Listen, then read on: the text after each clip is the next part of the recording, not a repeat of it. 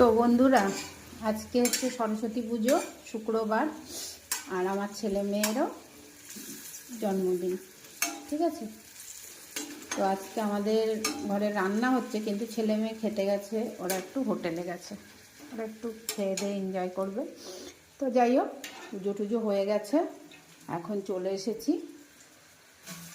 রান্নাঘরে। কি রান্না করেছি তোমাদের দেখাই। এখানে আলু সেদ্ধ ভাত, মাছ মাংস তো আছেই, ওগুলো কালকে সব রয়েছে, থাক। আর এখানে রেঁধেছি খিচুড়ি, যেটা আমি প্রত্যেক বছরই করে থাকি সরস্বতী পুজোর সময়। ঠিক আছে, সব সবজি দিয়ে, পালং শাক, মটরশুঁটি, জোর বিনস, সব সবজি দিয়ে। আর এখানে রান্না হয়েছে বেগুন ভাজা, আর এখন হবে হচ্ছে লম্বা লম্বা পাঁপড় ভাজা। ঠিক আছে, চলো। তো দেখো, পাঁপড় ভেজে নিয়েছি।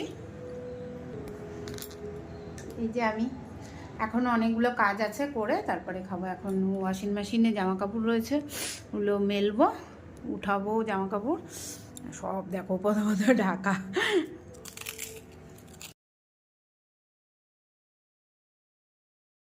मम्मा को प्यार करो, प्यार करो मम्मा को।